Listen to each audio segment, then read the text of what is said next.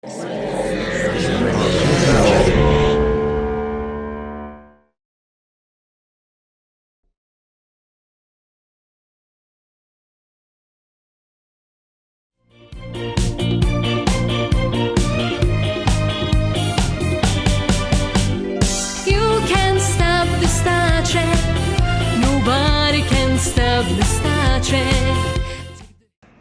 Stop, a Star Trek fan production.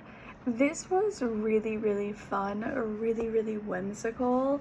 I was not super familiar with the band and the songs, so it was really fun for me to watch it kind of slowly unfold.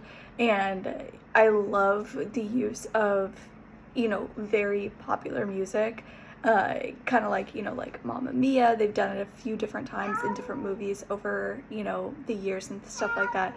So I think it's really fun because it makes it more accessible. And like, I personally wasn't super familiar with the songs, but for people that are, I feel like it draws you in more.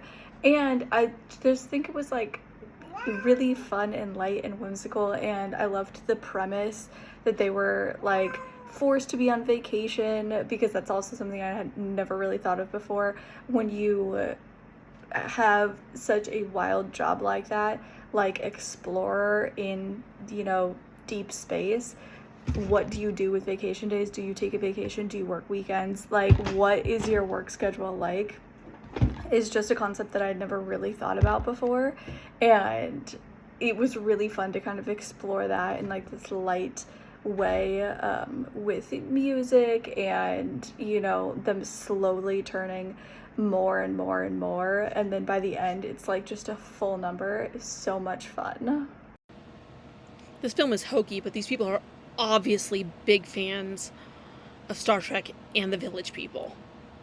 It's a fun musical, obviously. It's a different way to do a tribute through karaoke and saving their ship and saving their lives. It's absolutely a fun way to do it.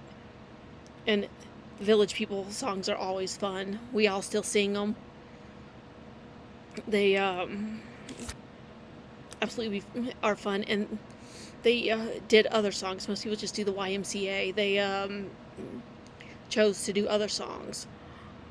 It was just such a fun idea, a fun musical. Most people love musicals anyways, and it was so fun. Star Trek fans would love this. The Village People would love this.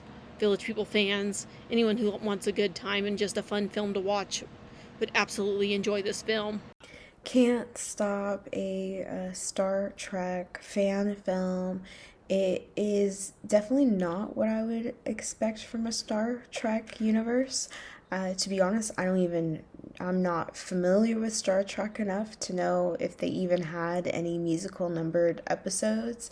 But it was interesting for them to take something that we are very familiar with and have a grasp and build within that universe. So they do have something that is very much in the world of Star Trek, whether it comes to the production design and the costuming and these elements of sci-fi like integrated within that.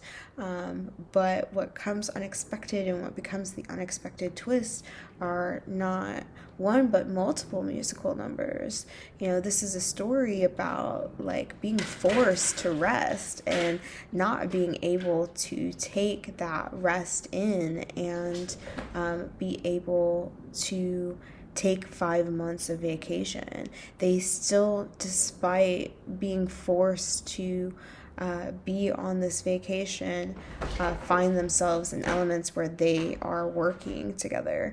You find them slip all the time. They, when they're on vacation, they call each other by their first names, as opposed to commander or captain or these roles that they have gotten used to on the ship. Because despite being on vacation, they can't actually leave their ship.